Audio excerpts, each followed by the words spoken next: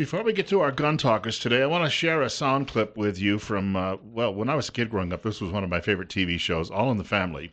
The wisdom of Archie Bunker, who has just watched his hero, President Nixon, on TV, suggests that he might be willing to go along with gun control in this country, and it launches an argument with his son in law. Oh, I get it, I get it. When you thought he was talking about VD and a permissive society, he was smart, huh? You find out he's talking about gun control, he's a jerk? That's right, and I'm gonna prove it to you. How many people in this US of A would like to have guns? Too many, thousands. But how many people would like to have VD?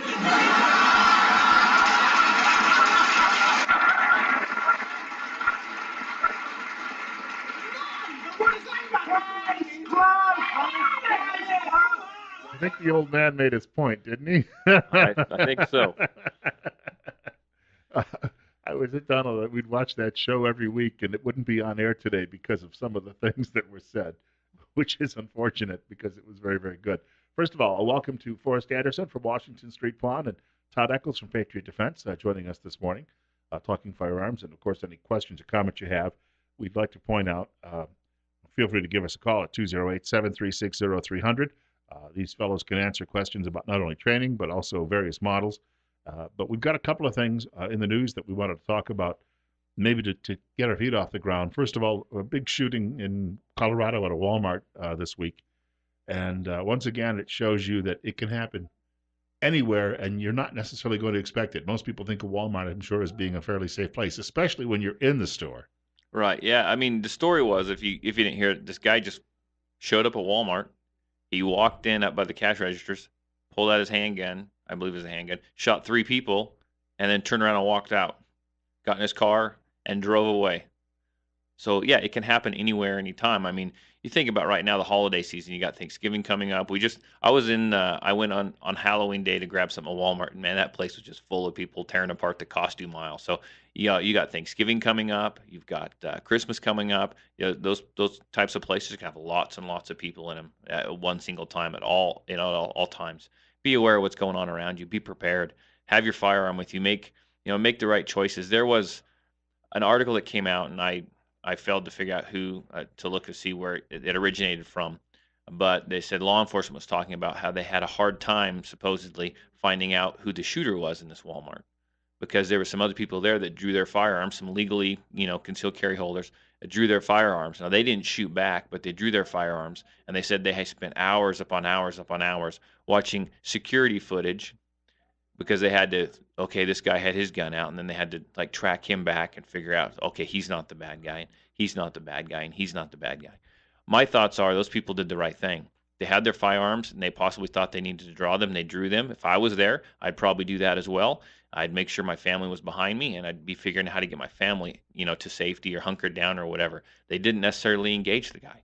So, the guy fired his gun a couple times, shot some people, and he turned around and left. They didn't try to be the hero. They were there to protect themselves and their loved ones. In my eyes, they did good. When the shooting was over, they reholstered their firearms and went on about their business.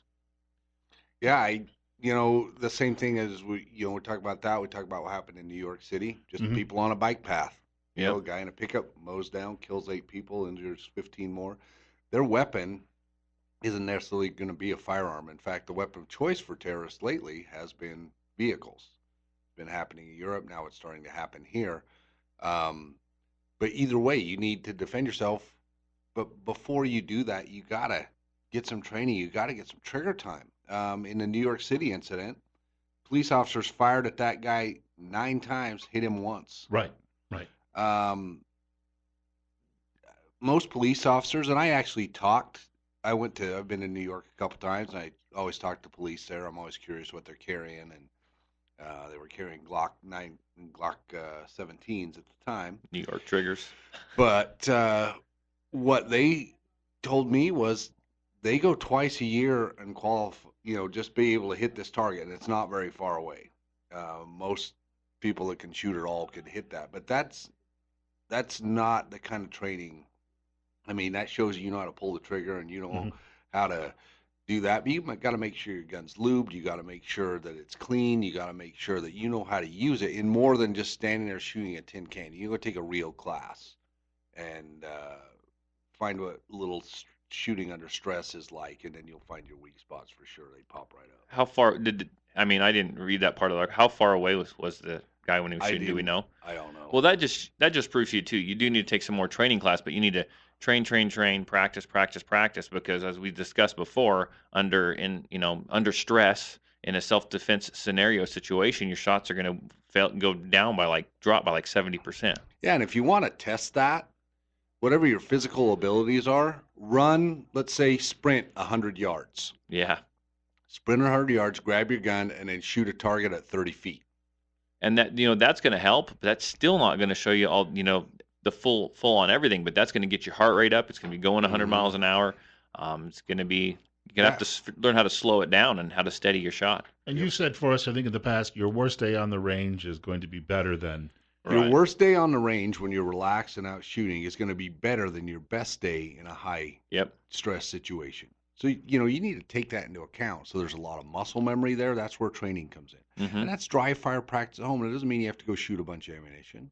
That's practicing drawing your gun. That's practicing dry firing, your trigger control, a lot of things. And then go do some live fire stuff. And then do some stuff where you're moving a little bit. You can do that. You can set up a cardboard stand and step from one side of it to the other side and have your target there and practice moving, shooting, leaning more to the left, leaning more to the right, maybe moving straight at the target. There's a lot of things that you can do that don't require a whole bunch of ammunition. There's more than just shooting too. In the permit class that I do, and any of my classes that I put on, we always talk about this. There's a lot of mental aspects, stuff to think about. Okay, like I talked about those people in Walmart. Obviously, maybe they had thought ahead. Their idea wasn't, I've got a gun, I'm going to go be a hero.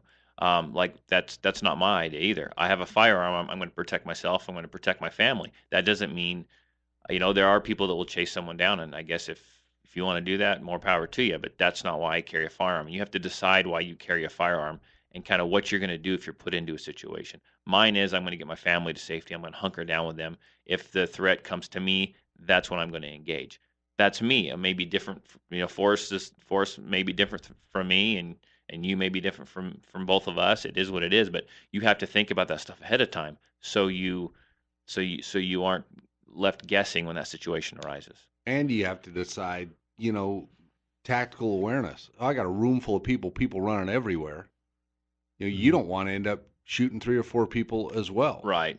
There's been several police shootings where more people standing on the sidewalk have gotten shot than the bad guys. Well, and you got to think too. We just talked about how your worst day on the range is going to be is going to be better than your in a self-defense scenario. So if there's other people around too, and you miss 6-7 shots, where are they going to go? Those bullets are going somewhere. So you need to put your foot in the ground. You need to make sure your immediate space is secure. You've got thought, you've got, you can do that. Then if you can intervene tactically and you've taken all the stuff beforehand, you've taken the training up front, then you might be able to step in. But if you're not prepared to defend yourself, don't try to defend anybody else either. Right.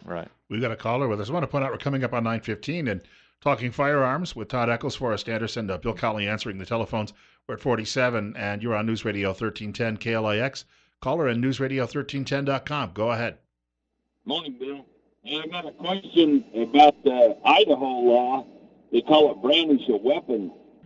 They don't call it saving your life or protecting your family. The minute you pull a gun out and you point it, you're brandishing a weapon, and there's a law against that. And if you're standing there holding a beer, it's an enhanced problem. Now, why did Idaho pass a law like that you can't even bring it out? And how are you going to protect yourself with it stuck in a holster? That's all I got to say, Bill. If you are, I think Forrest wants to add to this too, but brandishing, from what I've been taught, from what I teach in my class, from what I've learned, brandishing is when you display your gun, your firearm, in a threatening manner. So if you have to draw this firearm to possibly defend yourself, and you can prove it was even if you don't pull the trigger, and you can prove that it was in a self-defense type of scenario, and you're not just, hey man, get off my property, raising my shirt, I got my firearm right here, I'm going to take care of it, or you cut me off in traffic and you wave your gun at someone, that, my friend, is brandishing. Also, that would be construed as, let's say someone's stealing your car stereo out of your car, Yep. and you run out there pointing a gun at them. You can't defend property. You can't defend property. The law isn't like that. You can't shoot someone for stealing your car stereo, any of that stuff. So if you run out and confront some 17-year-old kid shoving a gun in his face because he was looking sideways at your car, Yeah. you're gonna go to jail. And I think the caller did mention too that, so he thinks that if you end up having to draw your firearm, that you have to use it. That you are using it. If you draw your firearm to protect yourself, to defend yourself, and you don't pull the trigger, you essentially are using it. Just because you draw that firearm doesn't mean you have to pull the trigger and send a round into a target or at a target. That's you. If you can avoid that, that's what you want to do. That's why taking the actual Idaho permit class, that's why it's so important. Because when you take that class, they talk about scenarios when it is a good time to pull your weapon. You just can't pull it every time. There's a story of a guy over in Burley, and I think I've said this before on a show. He was getting followed by somebody in traffic, an aggressive driver. So he pulls into a Wendy's. Mm-hmm.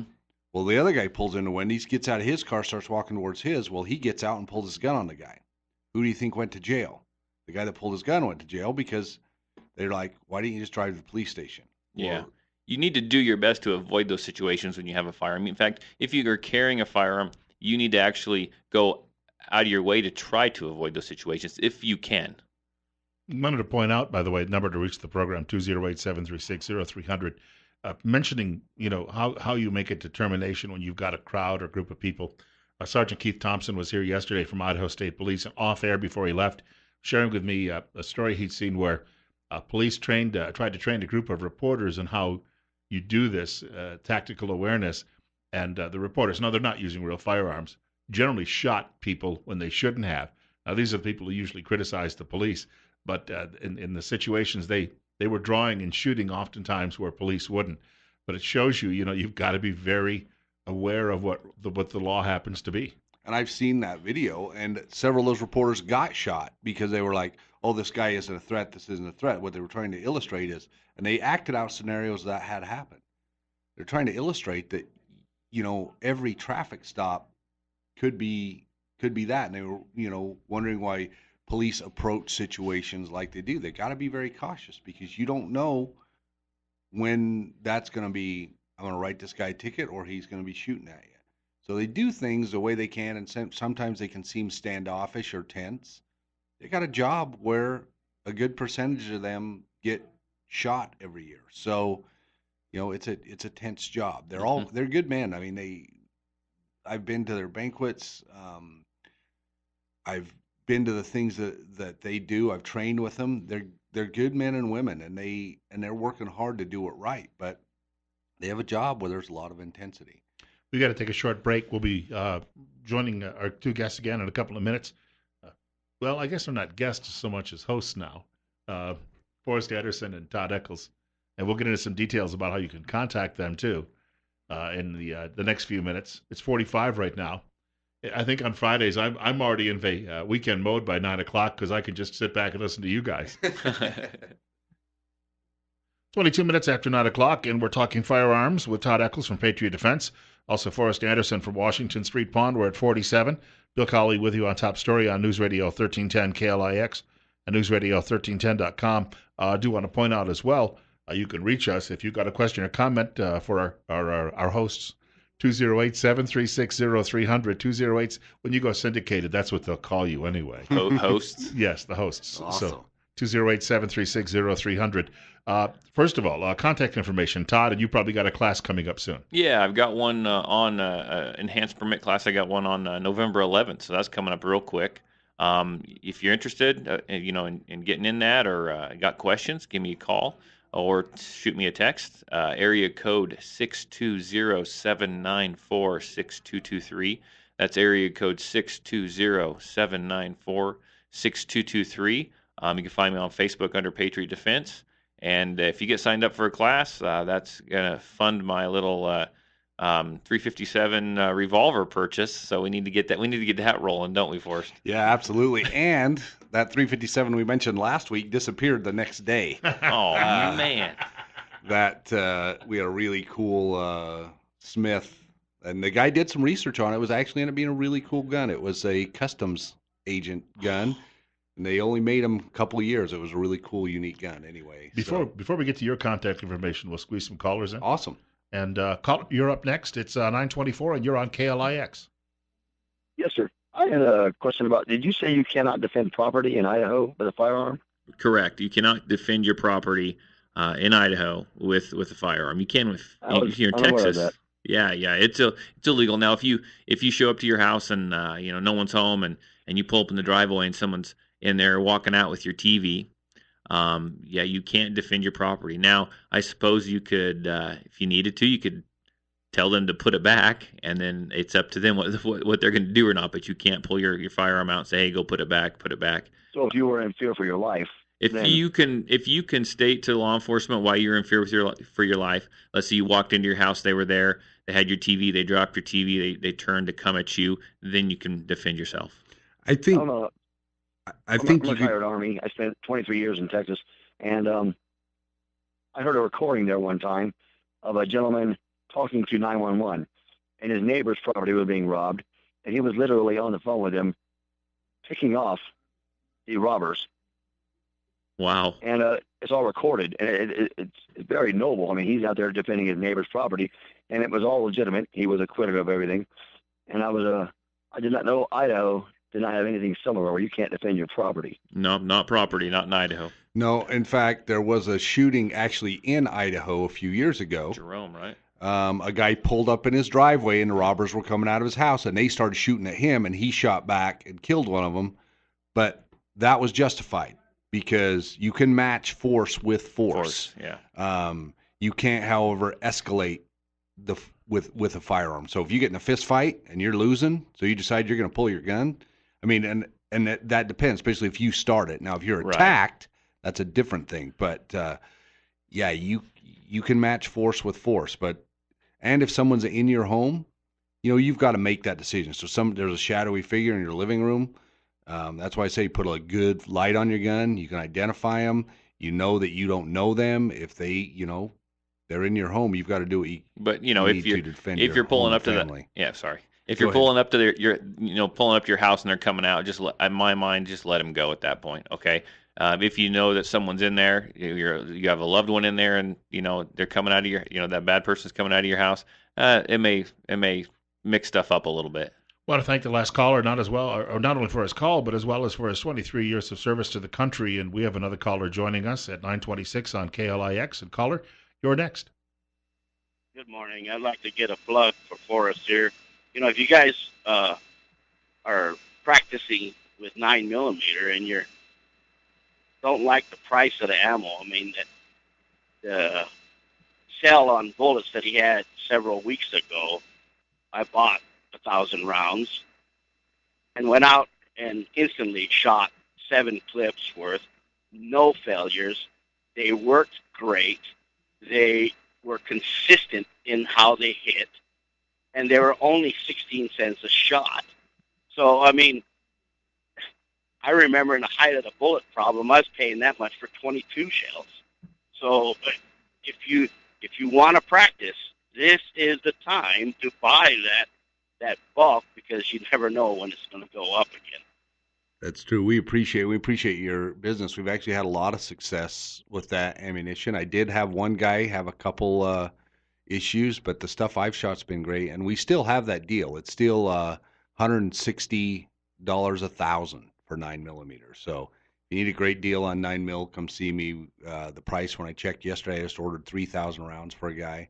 The price is still in effect. And the caller had a good point. Right now, the prices are really good on stuff. Buy it now. Don't wait till there's a huge run on it and prices are through the roof and you're spending all your savings to buy ammunition. Now's the time to buy it when it's plentiful and it's cheap, and then you don't have to worry about it when there's a big rush. Forrest, for people who'd like to come by the shop, you got to tell them how they get there. We're at 321 Washington Street. We're 3 blocks south of Addison by Washington, kind of down by the old Wonder Bread store. We have a Facebook page, Washington Street Pawn. Our phone number is 208-735-0012. Stop in and just say hi, see what we got there. We've had a big run on guns this week. It's been a really good week. So we're kind of getting a little thin on shotguns. We still have some really cool stuff, though. I just bought a gorgeous Model 1100 Remington. It's got the engraving on it. Nice. And it's in fabulous shape. It's an old one. It's only a 2 3/4 inch gun, but it does have a modified choke, so you can shoot steel through it. So we just have a ton of really cool stuff right now. A lot of laptops, a lot of tools right now. So stop in and just say hi, even if you just want to shoot the breeze. Sometimes we're too busy to chat too much, but most of the time we like to take a few minutes with you and talk about. I could see someone using that shotgun on a nice Thanksgiving pheasant or quail hunt or something. Yeah, I got to get out and do that. If anyone's got any, here's the deal. I got 4 boys, and I don't hunt ducks. I'm not a waterfowl hunter. I love to hunt pheasants, and there is no place to hunt pheasants. So if somebody wants to make a deal on a place to hunt pheasants, stop by and see me at the shop. I'd love to take my boys out, and I promise you it's for my kids. If I got to leave my gun at home, I'm happy to do that just to give them a chance to shoot at a bird. So anyway, that's my little plug for that. I'm laughing because I went running the other day down at Niagara Springs, and I know it's hunting season. And here I am, I'm running down that road that kind of divides the property, and I got a ton of hunters out there in orange. They're like looking at me funny as I go zipping by them down the road and come back. They're looking at me like I'm crazy, man. I gave you that cowboy hat with all the pheasant feathers on it. Why didn't you wear that when you were running through there? Flapping my arms. We've got more coming up. Got a pheasant story myself to share, maybe a couple. 9:30. Forrest Anderson, Todd Eccles, and Bill Colley this morning. It's 47 on News Radio 1310 KLIX and newsradio1310.com. So I mentioned I got a couple of pheasant stories myself. When I was driving one day with my daughter when she was a little girl, we were coming down. We used to take this country road as a shortcut home. I'm coming down the road, and there's a pheasant standing in the middle of the road, so I slowed down. Now, normally I would have just blown through because I don't care if the pheasant got in the way, right? But my daughter's in the back seat, and she wouldn't be happy if I squashed the bird. So I slowed down. The pheasant didn't move. I came to a full stop. Then the pheasant starts circling the car. Out of curiosity, we couldn't get rid of it. So now my niece just posted to Facebook yesterday that she lives in my hometown, which is about the size of maybe slightly smaller than Kimberly. But there's a McDonald's at the end of town. It's the only fast food restaurant they have. It's the only fast food restaurant on the interstate for 100 and maybe 300 miles. It's for travelers. But she went to stop in the parking lot there the other day, and she said the last few days it has been overrun with pheasant. And they just, for some reason, they've decided this is where this is home. And a few years ago, the very same McDonald's made the David Letterman show because somebody called the local police department to complain about something in the street, strange object in the street. And it turned out to be the Amish who were going by, the horse droppings. Oh, jeez. So now they'll be late night fodder again because they've been overrun by pheasants. That's funny. I remember my dad drove the school bus out in Martai. He was a coach out there for 30 years, and he drove a bus route. And I rode with him. I used to get up early and ride with him, just ride the whole bus route. Like, I don't know, that's crazy, but it was with my dad. So anyway, and we were driving down the road, and a pheasant flew up, and it flew the same direction the bus was going.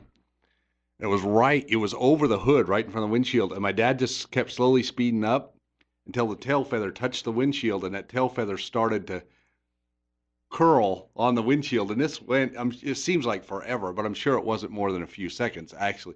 But he just slowly sped up mile an hour at a time until that tail feather bent enough that the pheasant flew over the top of the bus. But they are it was dumb, just a great thing. birds. That's something my dad and I used to do all the time. You Loved haven't. that. When I lived in Kansas, you're talking about the pheasant in the bus. You haven't lived till you've hit a turkey with your car as it's flying across the road.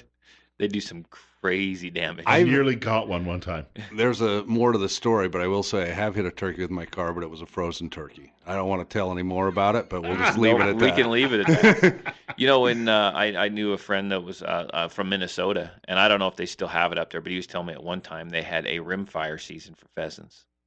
Oh, that would be awesome. Yeah, and he says there was pheasants all over the place in the fields, and you would just walk down like an old farm road and just sit there and pick them off with your 22. He said it was a blast. So awesome.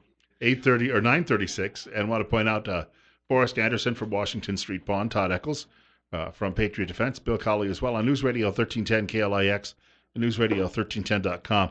I've been making notes through the show because sometimes these guys say things and it spurs my interest, and then I forget, so I start writing them down. But if you have somebody in the family that would like to get that enhanced carry permit, or if you have someone in the family that's looking for perhaps a nice new shiny firearm under the Christmas tree, these are the guys to talk to.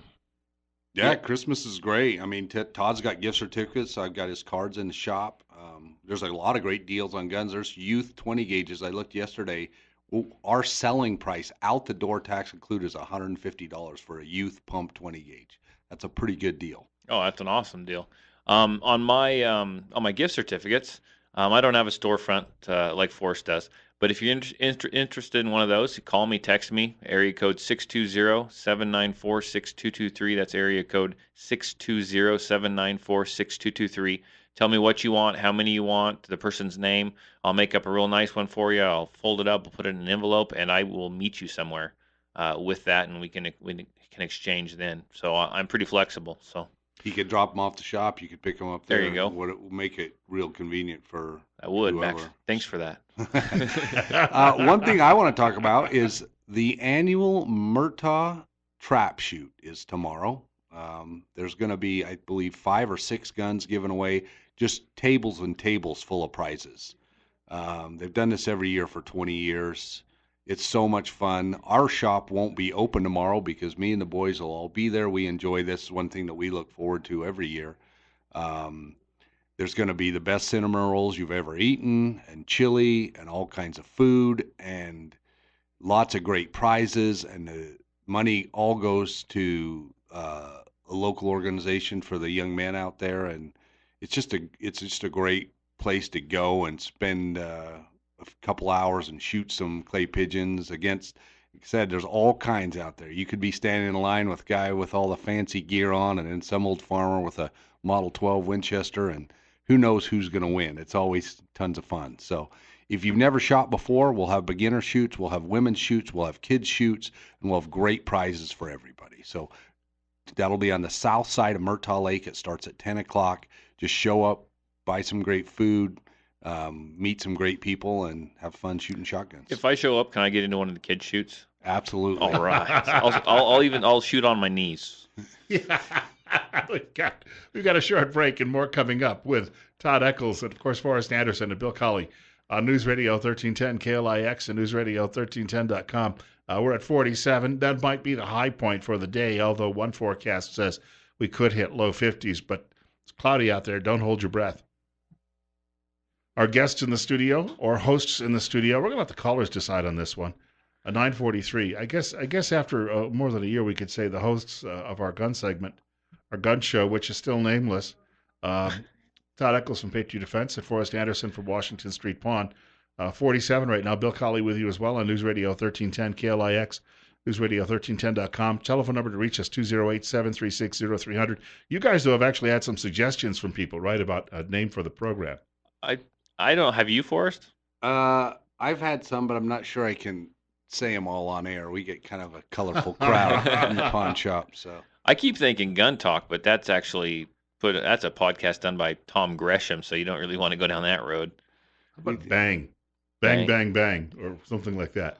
I don't know. We'll have to put some thought into it. I'll think about it this weekend. I'll put my 12-year-old on it. There you go. The president calls his spending plan or budget plan cuts. So we could just say bang, bang, bang. Yeah, that works. And he knows a little bit about marketing. I mean, obviously, he's done quite a bit of it during his life. If you've got a suggestion on that, feel free to give us a call during this segment of the program as well. I got to ask a quick question, though, earlier, because we opened the show today talking about the shooting at Walmart in Colorado. And then we got talking about Christmas and Christmas gift ideas that involve firearms and training. When you're shopping this time of year, first of all, it gets dark earlier. So you're going to be, if you shop after work, which a lot of people do, you come out of the mall or a shopping plaza or one of the big box stores, you're going to be coming outside. It's going to be dark. And a lot of these crimes happen, especially this time of year. They're going to happen more at home this time of year because people know you've got gifts stored away. But even in the parking lots of a lot of these shops, I remember I worked in a city years ago where I was talking to the sheriff's department, and they said that the new shopping mall had been built, and they said that is the hottest crime spot in the county because of the crime. They had to literally hire a staff of security to drive around 24/7 to keep an eye on things. Couple things. If you're carrying a firearm, don't leave it in your car. Yeah. Don't leave your gun in your car. People will steal it out of your car, and they've got some sort of like radar to that. I don't think what most people, and if they knew what happened every night when they were asleep, they would be freaked out. Guys get on bikes, they get on cars, and they just every night they go through the neighborhood and they just try every door handle. If a car's unlocked, they'll go completely through it. If they see something, a gun handle poking up, they'll break the window and break into it. But if you were awake at night, it would freak you out because these guys get on bicycles and they'll ride most of the neighborhoods in Twin every night. And the night and people are like, it's the one night I left my car unlocked. Well, to wake you up to it, they've been on that street every night, probably for 6 months. So that's what they do. That's their job, is to steal from people. So, another thing you got to think of too, even in a parking lot or even at home, and everyone likes to advertise, on their trucks, on their cars, what they like, what they're into. So if you've got a sticker on the back of your truck or car that says "Protected by Smith & Wesson" or the Glock logo or something like that, they know that there's a good possibility there might be a firearm in there. There might be ammo in there. They may target those a little bit more. So just be aware of that fact. Yeah, don't leave your guns in your car. We have calls about that all the time, and people, the statement is always the same. It's the one night I left my car unlocked. What you have to realize is they've been there every night. They've checked it before. Yeah, and they do that as over and over and over, and criminals generally commit crimes of opportunity. So if you're going to leave your car unlocked, that's an invitation to them that you want your stuff stolen. If you're shopping too, you come out of a store and you got a huge load, and if you're trying to pull kids along and everything else too, that you all often are viewed as being a target. Yeah. An easy target. Be aware of your surroundings. Maybe don't go shopping with your kids by yourself if you're going to have that much stuff with you. And if you've got a gun in your purse, if you're female, don't leave your purse in your cart. That's a great way to hand a bad guy a gun, is to leave your gun in your purse and then leave your purse in the cart, and now your purse got stolen with a gun in it. Well, and we do have I don't know if they caught the guy, but there's a gal that got her purse snatched from her just at a public event City Park. Here in Twin at City Park. So, be careful of that too. Those people are out there, and the more and more people there are in the Walmart parking lot or in the Walmart at the Winco or the mall or wherever you might be, it's easier for those folks to get away with doing stuff like that. I tell people this, especially now, our community is changing. It's not the community it was 10 years ago. You can't leave your door unlocked. Can't leave that. We've got a lot of prosperity here. We've got a lot of jobs. The jobs that we've gotten aren't necessarily very high income jobs. So we brought in a lot of people from different parts of the country where there's no work, different set of standards, different set of morals. And there's a lot of people down on their luck. There's a lot of drug use in this town right now. So people are desperate. They're going to get what they need to get their fix or do whatever they need. So put a security system on your house. It's not very much money. Put some cameras up. The police can't be everywhere. People are always like, well, the cops, they don't care. Well, we don't realize is they're investigating 40 cars that got broke into last night. Yeah. Not just yours. The biggest way to get around this is don't leave anything in your car that you don't want stolen, and then spend a few bucks, spend $20 a month on monitoring. Put a security system in your house. It'll be the best investment you ever made. Put your guns in a gun safe. Take some precautions. Write your serial numbers down on your firearms. Keep a record of that on paper, on hard drive. Make 2 or 3 copies of it. Put a copy at someone else's house. So if something like that does happen, you can report. Say, hey, there was this G19 that I got stolen. Here's the serial number on it. And so then they can, I don't know exactly how it works, but law enforcement can let people like Forrest know in case one comes into the store. Well, we don't get to know, but the way it works is when a gun comes into my store, I enter the serial number in. You run it. That immediate. Well, we don't run it. I know what you. I know we don't have any way of knowing, like when we take it. So we take it, then it immediately goes to the police department. I've gotten calls 3 hours after we've taken a gun in. They've been like, that gun's stolen out of Oklahoma or wherever. But you need to do your due diligence. If you want your stuff back, write your serial numbers on it. Because the tools that come into my shop get the serial numbers entered in. The guns that get brought into my shop get the serial numbers entered in. And the police have a database. And if you've reported it stolen and you've put the serial number in, you'll get your stuff back. But if you report it stolen and you don't have a serial number to give them, no one knows where it is. Yeah, they're like, I have an 18-volt DeWalt drill. Well, there are millions of those out there. So you're never going to get it back off that description alone. Write the serial number down. Or just take a picture with your phone. It's yellow. Yeah. Yeah. we wanted to point out, too, as well, some of us who drive to work really early in the morning, we see things on the streets that you would make your mind just sometimes spin. And Forest, there's a small park just a couple of blocks from your store, and I often see police spotlighting it because the parks around town, or even church parking lots, have become hotbeds for people who are, if somebody says they're going to make a dope deal, they say, well, meet me at this, because a park is a well-known landmark. Church parking lot is a well-known landmark. Well, and it's an open space, so they can Right. they can be in the park and they can see anything approaching from all Left, the sides. yep. Unfortunately, in this town right now, there's a big prescription drug, opioids and heroin issue going on right now, and there's been a meth problem here for years, but it's getting worse. So you need to protect yourself. You need to protect your family. You need to, make sure your kids are scared shitless of that. I apologize for that. You need to make sure your kids are scared to death of that, because I'm very passionate about that, because it's something that just is taking the soul of our country, and it's taking the soul of a lot of communities. In the Appalachians, there's entire cities that have just gone downhill. So yeah, we've got to do that. I apologize for nobody heard it. That language. Awesome. We got to point out too as well. We didn't get on this subject earlier in the day, but when we talk a little bit about these high stress situations, and it could be a mall parking lot anywhere else, even Todd, you've mentioned it. The enhanced carry permit class.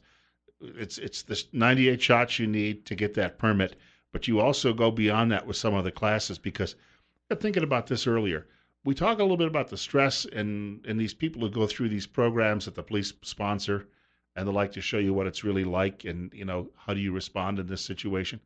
Are there programs out there that people could take, not just classes, but electronic programs that would give them, I think about the military folks who are now they're like video games to train with. Mhm. Would those be helpful? I'm not too familiar with the type of thing that they're training with, but I would imagine so. There are other.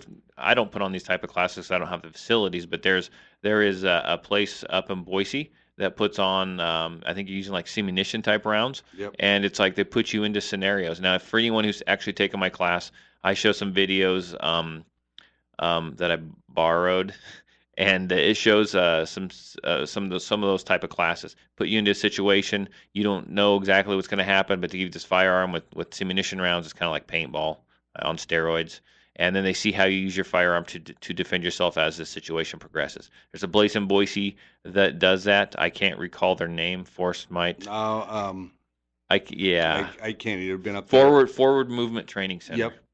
And they'll put you into. I've never been up there personally, but they'll put you into a situation like that and let you think and let you play it out. And I would imagine you go through the scenario, it's over, and then they say, "Well, you could have done this. You could have done this. Have you ever thought about doing this?" And they kind of train you on it, make you think that maybe there was another option than the route you took. A lot of people will like immediately in a situation will draw their Draw their firearm and firearm. get shot because there was another guy behind them Yep. that they didn't evaluate yet. It's all about thinking. There's a lot of thought process that needs to go into this, and I encourage everyone. I know you can't, if I'm at the mall with my wife, it's Christmas, or I'm at Winco or wherever I am, wherever she's drugged me that day. I'm bored. I'm just sitting there. I'm pushing the cart. I'm watching the kids. I'll be thinking, what would I do right now if someone walked in and started shooting? Maybe I'm in the front by the cash register. What would I do? What are my options? There's a door there. There's a door there. Could I get behind this? Would I have to engage? What would I do if I'm sitting in this restaurant at McDonald's eating and this happened? Where could I go? What would I do? And you just kind of play these scenarios out in your head, and it kind of gets you ahead of the game to a certain extent because you're thinking you've already been there a little bit. When we were at Shaw Shooting the day Forrest took me out there, we went through an area where the military uses it because it's almost like fighting either urban warfare, or if you're fighting in a mountain region, you don't know who's behind what rock or who's behind what wall. And if people could have more of that experience and get a feel for it, because you just said it, sometimes somebody's behind you in these situations. Yeah, and the other thing is, and we talked with this about some police officers we had out there, how many times have you trained on a moving target? I mean, people talk about, well, I'm going to bust in here, and the guy starts running. Well, if you've never shot at a moving target, how are you going to know how to do that? Because you've never trained at that before. Mm-hmm. So seek out some opportunities. Todd's got some classes. We can put together some really specialized class. I just did a group of 6 We did a really specialized handgun class where we were shooting through car windows, and we were shooting moving targets and plate racks and all those things. So there's some opportunities out there, and we can set up a specialized class, for a group. If you can get a group of 6 to 10 people together, we can put a class, and you can do all the crazy stuff. You're referencing trap shooting. That type of sport actually helps you learn the idea of a moving target. And people think it's all just for fun, but people have been doing this for a long time because it's that idea that sometimes you have to lead the target. That you have to do things that way. And if someone's running at you, they're not going to stand and wait for you to fumble for your firearm. They're going to be running at you in that situation. And it may be coming from an odd direction as well. But here's the key, and I tell people this all the time. You need to take a class. You go see Todd, learn how to draw your firearm, learn how to get the grip, and learn how to manipulate the trigger. Then you can take those tools home, and you can practice on your own. A lot of people go practice the wrong thing, though, because they're just like, well, I'm just going to jerk this gun, and I'm going to do this and that, and it's the wrong way. And then they practice that forever. And then they take a class and find out they're doing it wrong, and all they've done is built in a ton of incorrect muscle memory. Like Tim Tebow's throwing motion. Yeah, learn to do it right, and then practice that, because it's harder to break a bad habit than it is to learn a new skill. Starting this spring, I've got a gentleman that I've been working with, and he comes down and helps me do. He's ex-law enforcement and ex-law enforcement handgun instructor and shooting instructor, and he's been helping me with my draw and fire type classes. And those are relatively short classes. I think we spend about 4 hours doing that. Well, I think I've talked to him a little bit about it. I think this spring we're going to combine that with like a defensive shotgun style class. So we do the handguns the first half of the day, go to lunch, come back and do a defensive shotgun type of class, which I've had some people asking about. That might be a lot of fun. Got to wrap up, but contact information for the two of you. Yeah, you can find me on Facebook under Patriot Defense. Like the page, comment, message me there. Class November 11th. Call me, text me. Area code 620-794-6223. That's area code 620-794-6223. Washington Street Pawn, 321 Washington Street, 3 blocks south of Addison on Washington. Phone number is 208-735-0012. Like us on Facebook, Washington Street Pawn. Stop in. Don't forget, turkey shoot Murtaugh Lake. The south side of Murtaugh Lake, 10 o'clock in the morning tomorrow. All the money's going to a great cause. It's going to be a great time.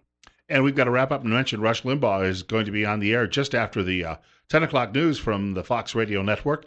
Bill Colley as well, saying have a great weekend. God willing, the creek don't rise. I'll be back here Monday morning between 8 and 10 o'clock.